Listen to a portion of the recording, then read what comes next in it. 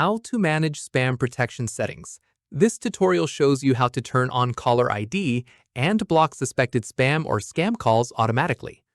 First, open the phone app on your Android. After that, tap on the three dots in the top right corner. Let me show you. From there, tap on Settings from the drop-down menu.